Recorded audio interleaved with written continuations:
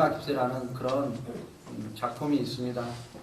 이 작품의 내용을 살펴보면요, 폐렴에 걸려서 죽어가는 한 소녀가 등장합니다. 이 소녀가 하는 일이라는 것은요, 매일 침대에 누워서 창문을 바라보는 것 뿐이었습니다. 이 소녀가 창문 밖을 딱 바라보는데요, 그 창문 밖 건너편에는 한 벽이 있었고 그 벽 가운데 넝쿨이 있었습니다.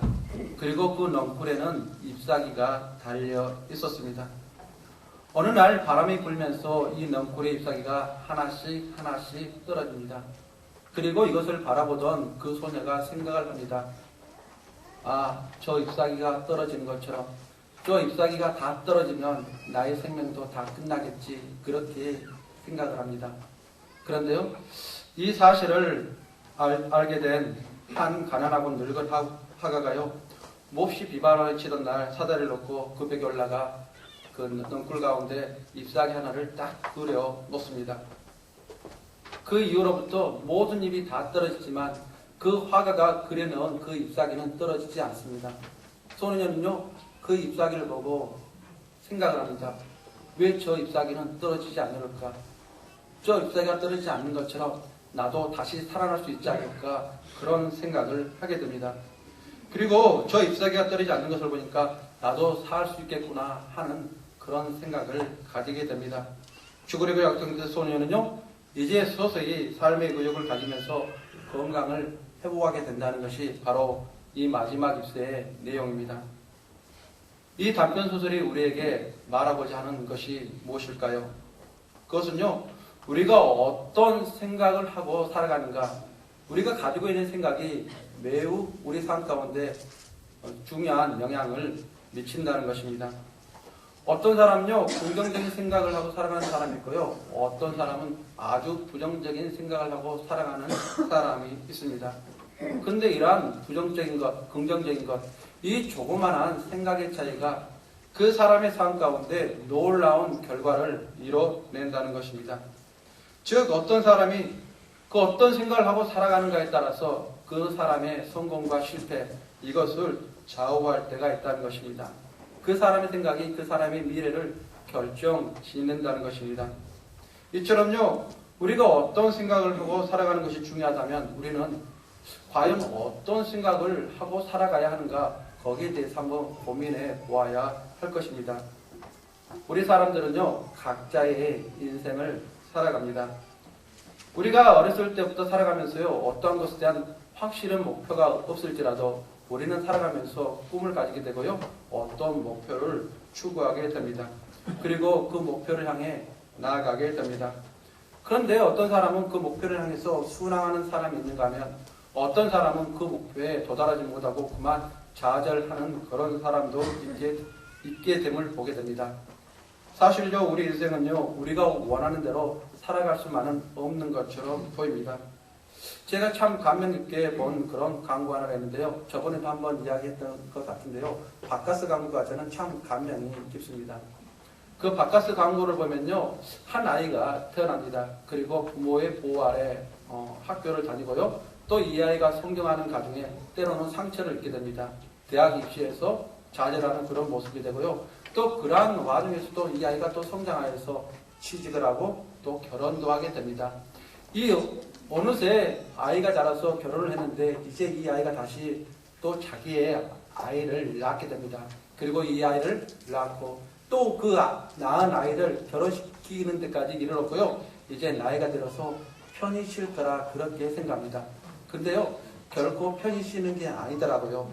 다 이제 편히 쉴 것 같다 생각했는데 그때 손주를 보게 되는 그런 모습을 보게 됐습니다. 이처럼요, 우리 인생은 자기가 뜻하는 대로, 생각하는 대로 흘러가는 것이 아니라는 것을 보게 됩니다. 저 역시 제 삶이 제가 원하는 그런 삶으로 인도되는 것이 아니라는 것을 깨닫게 됩니다. 때로는요, 제가요, 전임 사역도 해보고 또 지금 파트 사역도 해보고 있는데요, 전임 사역 할 때는 전임 사역 하는 대로 바쁘고 또 파트 사역 하면 파트 사역 하는 대로 바쁘다는 것입니다. 그리고요, 이 전임 사역이나 파트 사역이나 이 중간중간에 분명히 쉴 수 있는 시간, 나만의 시간을 가질 때가 있다는 것입니다. 그리고 그 기회가 분명히 찾아옵니다. 그리고 그 기회를 누리고자 합니다. 그런데요, 참 묘하더라고요. 아, 이제 몸만 끝나면 내가 좀 쉴 수 있겠구나. 딱 그 생각을 가지면요, 분명히 다른 일이 저에게 딱 다가오더라고요. 그래서 저희 와이프하고 저하고 가면서 그렇게 이야기를 했습니다. 정말 우리 삶은 내 뜻이 아니라 하나님 뜻에 달려있는 것 같아. 하나님은 신실하지만 정말 실수가 없으신 하나님 같아. 나에게 전혀 쉴 수 있는 시간을 안 주셔. 그래서 저희가 하나님께서 실수가 없으신 하나님 그렇게 이야기를 하면서 간 적이 있습니다. 제가 이 말을 하는 의도가 무엇일까요? 우리의 삶과 우리의 인생은 우리의 뜻대로 되는 것이 아니라는 것을 제가 강조하기 위한 것입니다. 그리고요, 이것을 반대로 생각해 보니까요, 우리의 생각과 우리 뜻대로 우리 삶을 이어가는 것 같지만 우리 뜻이 아니라 하나님께서 우리를 인도하시고 하나님께서 우리의 삶을 섭리하고 계신다는 것입니다. 하나님께서는요, 하나님을 믿는 우리 모든 백성 한 사람 한 사람을 인도하십니다. 때로는 우리 삶이 평탄한 길로 인도받을 수도 있고요, 때로는 우리 삶이 아주 힘든 것 가운데 인도받을 수도 있다는 것입니다. 그러나 그 모든 상황 가운데 하나님께서 우리의 삶을 인도하신다면 우리가 무엇에 집중을 해야만 하겠습니까? 그것은요, 우리 삶이 아니라 우리의 삶을 인도하시는 그 하나님, 그 하나님께 우리의 생각을 집중해야만 한다는 것입니다. 하지만요, 우리 일상생활에서도 우리의 생각을 하나님께 집중하는 것은 결코 쉬운 일이 아닌 것 같습니다. 톨스토이의 인생 독본이라는 그 책에 보면요, 이런 내용이 나옵니다. 어떤 수도사가 주님께 한 가지 질문을 합니다. 주님, 저는 주님께 충실한 삶을 살기를 원합니다. 어떻게 하면 주님 앞에 충실한 삶을 살 수 있는지 그 길을 가르쳐 주십시오. 이렇게 이야기를 합니다. 그러니까 주님이 이제 그 수도사에게 대답을 합니다. 어디로 가면 나에게 아주 충실한 농부가 있는데 너는 그 농부가 하는 것을 보고 배워라. 그렇게 말씀하십니다. 그리고요, 이 수도사는 이제 그 농부를 찾아가서 같이 기가하며 같이 숙식을 하며 그 농부가 어떻게 하는가 그것을 세심하게 살펴보게 됩니다. 그런데요, 이 수도사가 보기에요, 그 농부가 하는 게 별다른 것이 없는 것 같습니다. 그냥 평상시 아침에 일찍 일어나서 밥을 해 먹고요, 일하러 나가기 전에 그냥 주여 한번 외치고요, 또 열심히 일을 하다가 집에 돌아와서 주여 한번 외치고 피곤에 지쳐서 잠을 잔다는 것입니다. 이 수도사가 농부와 함께 일주일을 함께 지내고 난 다음에 이제 하나님께 이야기를 합니다. 하나님, 제가 바라볼 때 이 농부에게는 특별한 것이 없습니다. 제가 더 이상 배워야 될 게 없는 것 같습니다. 도대체 제가 무엇을 배워야만 합니까? 이렇게 질문을 하니까요, 이제 하나님께서 이 수도사에게 또 한 가지 말씀을 주십니다. 좋다. 그렇다면 내가 너에게 시키는 한 가지를 해봐라. 너는 물을 가득 담은 한 항아리를 가지고 모래에 이고 동네를 한 바퀴 돌아라. 단 절대 그 물을 흘려서는 안 된다. 그렇게 주님께서 요구를 하셨습니다. 이 말을 수도사는 즉각 시행을 했습니다. 그리고 이 일을 마치고 돌아왔을 때 주님께서 그렇게 질문을 하더라는 것입니다. 자, 보자. 너가 내가 시키는 것을 아주 잘했다. 그런데 너가 내 일을 하면서 나를 한 번이라도 생각한 적이 있느냐? 이렇게 질문하더라는 것입니다. 이때 수도사는 아주 정직하게 대답했습니다. 주님, 제가 물 항아리에서 물을 한 방울이라도 흘리지 않게 해서 모든 신경을 거기에만 집중을 했습니다. 그렇기 때문에 제가 주님에 대해서 신경을 쓰지 못했습니다. 이렇게 이야기를 했습니다. 그때 주님께서 이 수도사에게 그렇게 이야기합니다. 봐라, 너는 그런 단순한 일 하나만 가지고도 나를 한 번도 생각하지 않는데 저 농부는 저렇게 바쁜 와중에 하루에 2번씩이나 나를 찾았다. 그렇게 이야기를 하더라는 것입니다. 이 말을 통하여서 수도사가 굉장한 큰 깨달음을 얻고 돌아갔다. 그렇게 이야기를 합니다. 이 인생 덕분이 우리에게 교훈하는 것이 무엇입니까? 우리는요, 어떤 점에서 보면 이 물 항아리를 지고 가는 수도사와 같다는 것입니다. 때로는요, 학업이라는 그 물 항아리, 때로는 직장이라는 그 물 항아리, 때로는 알바라는 그 물 항아리, 때로는요, 우리 교육자 같은 경우는 사역이라는 그 물 항아리 때문에 그 일에 파묻혀서 온전히 주님을 생각하지 못할 때가 너무나 많다는 것입니다. 그래서 평소의 삶 가운데 주님을 온전히 생각하지 못할 때가 너무나 많다는 것입니다. 우리는요, 우리의 삶이 너무 힘들기 때문에 또는 우리의 일상생활에 너무 익숙해졌기 때문에 때때로 예수님을 우리 생각에서 잊어버릴 때가 너무나 많습니다. 그런 우리들에게 오늘 본문의 1절 말씀은 뭐라고 이야기를 합니까? 1절 말씀 다 같이 한번 읽어보도록 하겠습니다. 시작.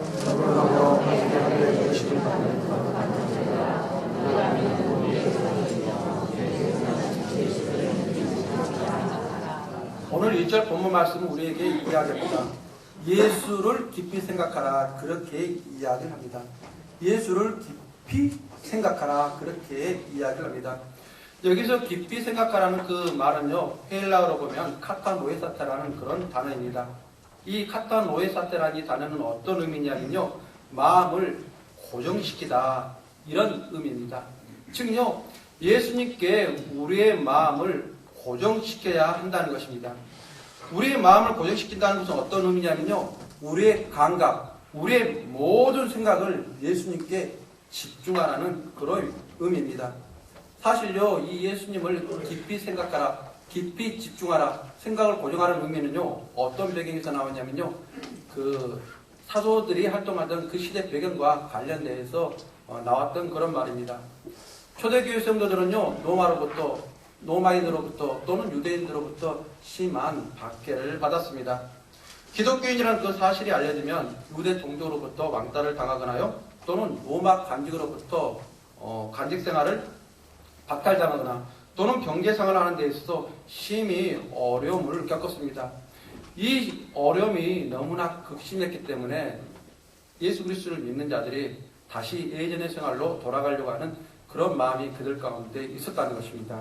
그럴 때 바로 이 말씀을 주신 것입니다.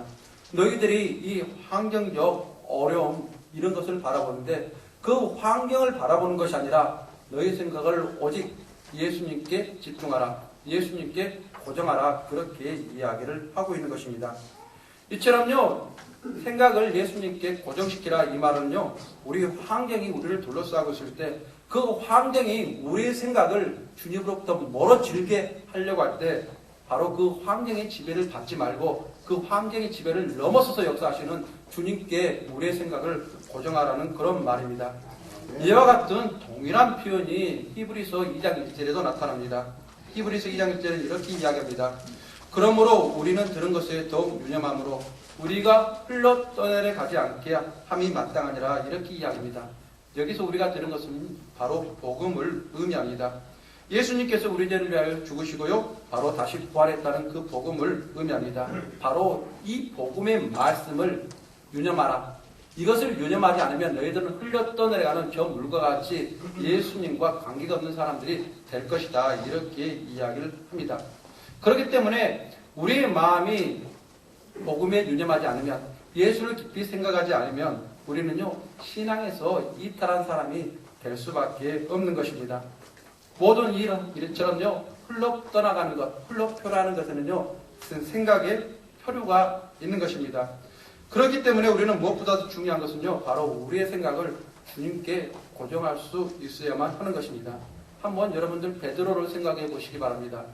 베드로는요, 풍랑이 있는 그 바다 위를 예수님께서 걸어오셨을 때 예수님이시거든 저로 하여금 바다 위를 걷게 하십시오, 이렇게 이야기를 했습니다. 그때 오라고 했을 때 이 베드로는 물 위를 걸어갈 수가 있었습니다. 그런데 이 베드로가 물 위를 걸어가다가 그 생각을 주님의 말씀, 주님께 집중하지 않고 주변 환경, 풍랑에 집중했을 때 어떤 일이 벌어졌습니까? 바로 풍랑에 바닷속에 빠지는 그런 일이 생겼던 것입니다. 이처럼요, 우리가 불가능한 그런 상황이 있다 할지라도 우리의 생각을 예수님께 고정하느냐, 또는 우리의 생각을 환경에 고정하느냐에 따라서 우리의 그 결과가 엄청 달라짐을 알 수가 있는 것입니다. 특히 우리의 삶이 고난에 있을 때, 고난의 시기에는 우리가 더욱더 우리의 생각을 예수 그리스도께 집중을 해야만 합니다. 요셉은요, 어린 나이에 형들의 손에 팔려서 애굽의 종으로 팔려가게 되었습니다. 그러나 그 종으로 팔려갔다는 그 사실에 집중하는 것이 아니라 하나님께 집중을 했을 때 하나님께서 이 요셉을 보디발의 가정총무로 세워주셨던 것입니다. 그리고요, 더 나아가서 이제 조금 더 상황이 흘러서 보디발이 그 가정총무 생활을 잘하고 있을 때 보디발의 아내의 유혹으로 인하여서 무고를 당하게 되고 왕의 그 감옥에 갇히게 됩니다. 이러한 때에도 요셉은요, 그 환경을 바라보지 않았습니다. 오로지 하나님께 그 집중을 했던 것입니다. 그럴 때 하나님께서 요셉을 어떻게 했습니까? 그 왕의 감옥에서 형통한 사람이 되게 했다. 그렇게 이야기를 하는 것입니다. 이처럼요, 우리는 환경을 바라보는 것이 아니라 환경에서 넘어서는 그 하나님, 환경에 넘어서서 역사하시는 그 하나님을 바라볼 때 하나님께서 우리를 온전한 삶 가운데로 인도하시는 것입니다. 우리가 환경이 아니라 하나님께 우리의 생각을 고정시켰을 때는 하나님께서 그 환경마저도 변화시켜 주시는 것입니다. 믿음 생활도 마찬가지라고 할 수가 있습니다. 우리는 사도 바울이 그렇게 이야기한 것을 잘 알고 있습니다. 표대를 향하여 달려가노라, 이렇게 사도 바울은 고백을 합니다. 사도 바울은요, 이방인들을 향하여서 복음을 전파하는 그런 사명감에 불타 있었습니다. 그리고 모든 그의 마음은 예수께 고정되어 있었습니다. 그럴 때 예수님은요, 그를 이방인을 위한 대사도로서 사용했던 것입니다. 그렇기 때문에 우리는 어느 때든지 무엇을 하든지 특히 우리의 환경이 어려운 순간에 우리의 생각을 주님께 고정해야만 합니다. 그래야만 우리가 흘러떠내려가지 않을 수 있습니다. 그러기 위해서 우리가 해야 하는 것이 무엇일까요? 그것은요, 우리가 매일 말씀을 묵상해야 하는 것입니다. 말씀을 묵상할 때는 우리가 예수를 깊이 생각할 수 있는 것입니다. 저는 우리 청년들에게 참 감사하다는 그런 생각을 합니다. 왜 그러냐면요, 우리 청년들이 저번 주일에요, 카톡에서 이제 단체 카톡 큐티방을 열었습니다. 저는 이 카톡 큐티방을 열었다는 그 자체가 굉장히 감사합니다. 왜냐하면요, 그들이 날마다 올라오는 그 말씀을 통해서 그들이 생각을 할 수 있다는 것입니다. 무엇에 대해 생각을 합니까? 하나님께서 나를 어떻게 인도하시는가, 거기에 대해서 생각을 한다는 것입니다. 제가요, 카톡에 그날 묵상할 본문을 올려주면서 일부러 거기에 대한 해설을 올려주지 않습니다. 우리 청년들이 그 해설에 생각이 고정되는 것이 아니라 과연 그 본문을 통해서 어떤 생각을 가지는가, 그것을 보기 위해서 먼저 해설을 올려주지 않습니다. 그러는데요, 우리 청년들이 그 카톡에 올리는 자기가 느꼈던 것, 그것을 보면요, 정말 이 학생들이, 이 청년들이 이 말씀을 읽을 때 성령께서 그들의 마음을 주장하여 주셔서 그들에게 하나님의 뜻을 알려주시는구나, 그런 것을 깨닫게 되었습니다. 그것 때문에 저는 우리 청년들에게 굉장히 감사합니다. 때로는 우리 청년들이 그 성경 본문을 읽고 오해를 하였던, 또는 잘못된 생각을 하였던 그런 것에 상관하지 않습니다. 왜냐하면요, 하나님께서는 설사 그들이 처음에 오해했더라도 그 오해된 것을 나중에 점점 교정해 나가실 것입니다. 그러나 무엇보다 중요한 것은 뭐냐? 우리의 마음을 먼저 하나님께 쏟는다는 것, 예수님께 쏟는다는 것, 그 자체가 더욱더 중요한 일이기 때문입니다. 그렇기 때문에 저는 우리 청년들이 더욱더 큐티에 열심을 내었으면 좋겠습니다. 그리고 우리 성도님들은 큐티 대신에 새벽 기도에 나오시고 또 목장 모임에 나가서 이런 말씀을 나눔으로 인하여서 우리의 생각을 하나님께 고정시켜주셨으면 좋겠습니다. 우리는 말씀 묵상하면서 우리의 생각을 예수 그리스도께 고정시켜야만 하는 것입니다. 그래야만 세상에서 우리 마음 가운데 들어오는 돈, 정욕의 문제, 세상에 주는 그런 즐거움에 우리의 생각이 빠지지 않도록 하나님이 인도하실 것이기 때문입니다. 그렇다면 여기서 왜 우리가 우리의 생각을 예수 그리스도께 고정시켜야 되는가? 거기에 대해서 한번 살펴봤으면 좋겠습니다. 여기에 대한 이유를요, 3장 1절은요, 두 가지 제목으로, 두 가지 주제로 이야기를 합니다. 3장 1절을 우리 다 같이 다시 한번 읽어볼까요? 시작.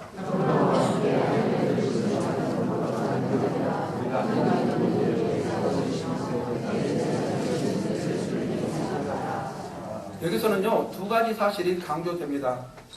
대제사장이 예수를 깊이 생각하라 하는데요, 첫 번째 조건은 뭐냐면요, 우리가 믿는 거룩한 도리의 사도이시며 대제사장이신 예수이기 때문에 예수님을 깊이 생각하라고요. 또 하나는 무엇이냐면요, 바로 우리가 하늘의 부르심을 받은 거룩한 형제들이기 때문에 예수를 깊이 생각하라 그렇게 이야기를 합니다. 먼저 예수님이 우리가 믿는 도리 사도이시며 대제사장이라는 사실에 대해서 먼저 이야기하도록 하겠습니다. 여기서는 예수님을요 사도라 이렇게 이야기하시고요 대제사장이라 그렇게 이야기를 합니다.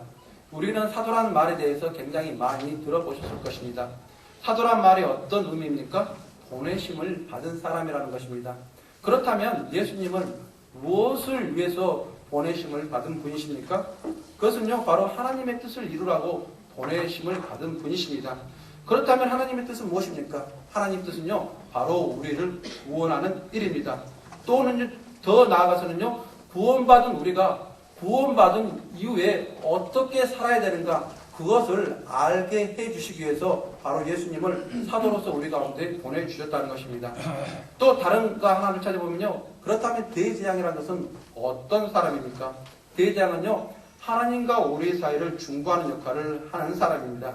예수 그리스도께서는요. 하나님과 우리를 화목하게 하는 제사를 드리는 대제사장으로서 우리 가운데 오셨습니다. 로마서 5장 10절은 이렇게 이야기합니다.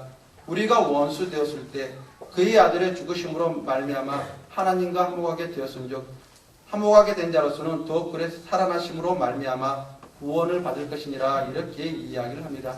즉 예수 그리스도 통하여서 우리가 하나님과 화목하게 되었고요. 우리는 예수 그리스도로 말미암아 하나님께 나아갈 수 있다는 것입니다. 이처럼 우리의 죄와 허물을 그리스도께서 담당하시고 화목 제물이 되었다 그렇게 이야기합니다. 그런데 여기서 우리가 믿는 도리가 무엇입니까? 여기서 말하는 우리가 믿는 도리는 바로 복음입니다. 그렇다면 예수님이 우리가 믿는 도리의 사도이며 대제사장이란 말은요. 바로 우리는 예수님을 통하여서 하나님의 뜻을 알게 된다는 것입니다. 우리는 예수님을 통하여서 구원을 받게 된다는 그런 말입니다. 또한 예수님을 통하여서요. 우리는 우리의 연약함을 가지고 바로 은혜의 보좌 앞에 나아갈 수가 있다는 것입니다. 이처럼 우리는 예수 그리스도를 통하여서 하나님의 뜻을 알고 예수 그리스도를 통하여서 하나님의 인도하심을 받는 자이기 때문에 바로 우리의 삶을 주관하시는 그 하나님을 만나기 위해서 우리의 생각을 예수님께 고정해야 된다. 그렇게 이야기를 하는 것입니다. 여러분 우리가 예수님께 우리의 생각을 고정할 때 우리 삶 가운데 어떤 일이 일어납니까? 예수님께서는요 우리를 가만 내버려 두시지 않으시고요 예수의 영이신 성령님을 우리 가운데 보내주시고요 성령님을 통하여서 우리의 삶을 주관하시는 것입니다. 요한일서 4장 4절은 말합니다. 자녀들아 너희는 하나님께 속하였고 또 그들을 얘기하나니 이는 너희 안에 계신 이가 세상에 있는 자보다 크심이라 그렇게 이야기합니다. 우리가 우리의 생각을 예수님께 고정하면요 예수의 영이시고 그리스도의 영이시고 하나님의 영이신 성령께서 우리 가운데서 우리를 인도하시고 이끌어 주신다는 것입니다. 그리고 이 성령님은 세상에 있는 자보다 더 크신 분, 세상에서 승리한 분이기 때문에 우리의 삶을 승리의 삶으로 인도하신다 그렇게 이야기를 합니다. 그렇기 때문에 우리의 삶을 제대로 인도받기 위해서 바로 우리의 생각을 예수님께 고정시켜야만 하는 것입니다. 저는요, 이 본문을 생각하면서 제 자신에 대해서 한번 돌아보게 되었습니다. 그리고요, 제 자신을 돌아봤을 때, 사역이라는 그 미명 아래 제가 정말 제 생각을 예수님께 온전히 고정하지 못했음을, 제 생각을 예수님께 집중하지 못했음을 깨닫게 되었습니다. 저는요, 예수님이 우리를 위해서 하신 그 모든 일에 대해서 또 성경에 기록된 그 모든 말씀에 대해서 확실하게 믿고 있습니다. 저는 특히 어떤 것을 믿냐면요. 예수님께서 우리를 위하여 채찍에 맞으셨을 때 그 피 흘리심 때문에 우리는 모든 질병으로부터 깨끗함을 받았다. 모든 질병으로 취함을 받았다. 그 말씀을 너무나 간절히 믿고 있습니다. 그리고 제가 예전 교회에서 사역을 할 때 청년들에게 그런 말을 한 적이 있습니다. 청년들, 여러분들 병으로 고통당하면 안 됩니다. 병으로 고통당하는 것은 하나님의 뜻이 아닙니다. 우리는 하나님으로부터 하나님이 예수 그리스도를 채찍에 맞게 할 때 우리는 병으로부터 나음을 입었습니다. 그렇기 때문에 그 병에서 자유로워야 됩니다. 그렇게 이야기합니다. 물론요, 저도 그 생활하다 보면 콧물을 삐쩍거릴 때가 있습니다. 그것은요, 콧물을 삐쩍거린다는 것은 감기 증상이 온다는 것입니다. 그럴 때도 저는 절대 감기가 내 몸에 들어온다는 것을 인정하지 않았습니다. 그냥 그 화장실에 가서요, 코를 한번 깨끗이 딱 풀고 씻으면 감기가 절대 들어오지 않았습니다. 그것을 보면서 청년들도 절대 인정하면 안 됩니다. 감기는 우리한테 들어올 수 없습니다. 그렇게 이야기를 했습니다. 그런데요, 이 교회에 와갖고 제가요, 2주 동안, 최근에 2주 동안 굉장히 감기를 심하게 앓았습니다.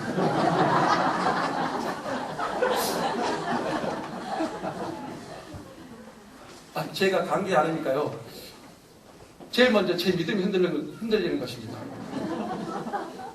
지금까지 감기 안 들렸는데 왜 감기 걸리지? 나는 하나님 말씀을 그대로 믿는데 왜 그리고 이렇게 빨리 안 낫지? 감기 일주일이면 낫는다고 하지 않습니까? 그게 2주일이나 가더라고요. 그런데요, 이 감기가 딱 걸림으로 인해서 제가 하나 깨달은 게 있습니다. 그건 뭐냐면요, 내가 이거 뭔가 잘못하고 있는 것 같다. 잘못하고 있는, 내 삶 가운데 뭔가 잘못하고 있는 것이 하나 있는 것 같다. 그렇기 때문에 하나님께서 날 지켜주시고 보여주시는데 그 보호하심을 잠시 거둔 것 같다 하면서 내가 뭘 잘못했는가 한번 생각을 했습니다. 근데요, 제가 그때 마침 책을 한 권 읽고 있는 게 있었는데 그게 뭐냐면요, 존 비버의 순종이라는 책을 읽게 되었습니다. 근데 이 존 비버의 순종이라는 책을 딱 읽으면서 내게 들어왔던 이런 감기 증상, 이게 이해가 되더라는 것입니다. 왜냐하면요, 하나님께서는요, 제 안에 있는 순종의 문제, 복종의 문제를 다스리기를 원했습니다. 제가 사역자니까요, 드러내놓고 불순종할 수는 없잖아요. 드러내놓고 불순종할 수 없는데, 네, 알겠습니다. 이런 식으로 마지못해 순종하는 그런 행동을 제가 하고 있었다는 것입니다. 순종하더라도요, 제가 순종을 하더라도 즐겁게 순종을 해야 되는데 그렇게 하지 못하더라는 것입니다.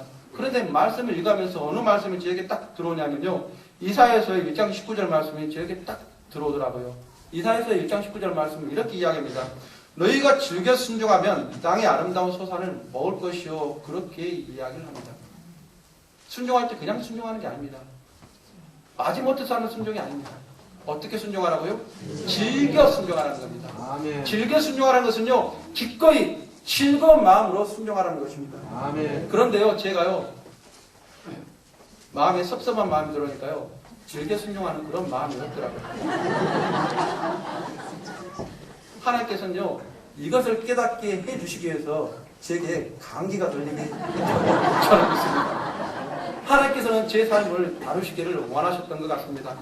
저는 순종하는 것 같지만요, 억지로 순종하는 것을 아시고 하나님께서 제 이런 태도를 다루시기를 원한 것입니다. 근데요, 더 나아가 생각하니까요, 이것이 단순히 억지 순종의 문제만 아니더라고요. 이 억지 순종은요, 제 삶에 표출된 하나의 문제일 뿐이지, 진짜 문제는 뭐냐면요, 제가 하나님 말씀대로 온전히 따르지를 않는다는 것입니다. 하나님 앞에 어느 정도 순종하는 것 같지만요, 온전히 순종하지 않고 어느 정도 순종하는 것 같으면 또 내 마음대로 하고, 또 어느 정도 순종하는 것 같으면 내 마음대로 하는 그 문제, 바로 그 문제를 하나님께서 다루시려고 했다는 것입니다. 왜 제가 자꾸 이렇게 하나님의 다루심이 필요합니까? 물론 제가 깨닫지 못하기 때문입니다. 그런데 더 중요한 문제는 뭐냐면요, 제 생각이 온전히 주님께 집중하지 못했다는 것입니다. 제 생각이 온전히 주님께 집중하지 못하니까 하나님 뜻을 온전히 따르지 못했다는 것입니다. 바로 이러한 문제 때문에, 이러한 문제를 통해서 제가 하나 깨달은 것이 있습니다. 그것은 뭐냐면요, 우리가 어떤 일을 하는 거, 그것을 잘하고 못하고는 그렇게 중요한 게 아니라는 것입니다. 그리고 우리 삶의 환경이 좋아지건 나빠지건 그것은 크게 중요한 게 아니라는 것입니다. 하나님께서는요, 우리의 삶을 통해서 진정 하나님께서 원하시는 것은요, 그 환경이 어떻든 간에 내가 진정한 순종의 모습을 보이느냐, 나의 뜻 가운데 있기를 원하느냐, 그것을 하나님께서 원하신다는 것입니다. 그런데 우리는 하나님께 어떻게 이야기합니까? 하나님, 우리의 삶을, 우리의 환경을 변화시켜 주십시오, 이렇게 이야기합니다. 그런데요, 정말 천국에 합당한 사람은요, 그런 환경이 변화돼서 잘 사는 사람이 아니고요, 환경이 어떻든 간에 하나님께 순종하는 사람, 하나님께 순종하는 사람이 바로 하늘에 합당한 그런 사람이라는 것입니다. 그렇기 때문에 우리는 우리의 생각을 바로 주님께 고정시켜야만 할 것입니다. 또 우리가 예수님께 우리 생각을 고정하고 살아야 되는 두 번째 이유는 뭐냐면요. 바로 우리가 하늘의 부르심을 받은 자들이기 때문에 바로 우리의 생각을 하나님께 고정시켜야 한다는 것입니다. 여기서 부르시기라는 말은 어떤 의미냐면요. 소집하다, 소환하다 또는 초대하다라는 그런 뜻입니다. 즉 성도님은요. 하나님의 초대를 받은 사람이라는 것입니다. 우리가 어떤 상황에서 하나님의 부르심을 받았든 간에 내가 학생이든 내가 알바를 하는 사람이든 또는 내가 직장생활하든 기업을 이끌고 가는 사람이든 내가 지식 있는 사람이든 지식이 없는 사람이든 우리 모든 하나님을 믿는 사람은 하나님의 부르심을 받은 초대받은 그런 사람이라는 것입니다. 그런데요. 이 하나님의 부르심을 받은 사람을 오늘 성경 3장 6절은 뭐라고 표현을 하냐면요. 우리 3장 6절 다 같이 읽어볼까요? 시작.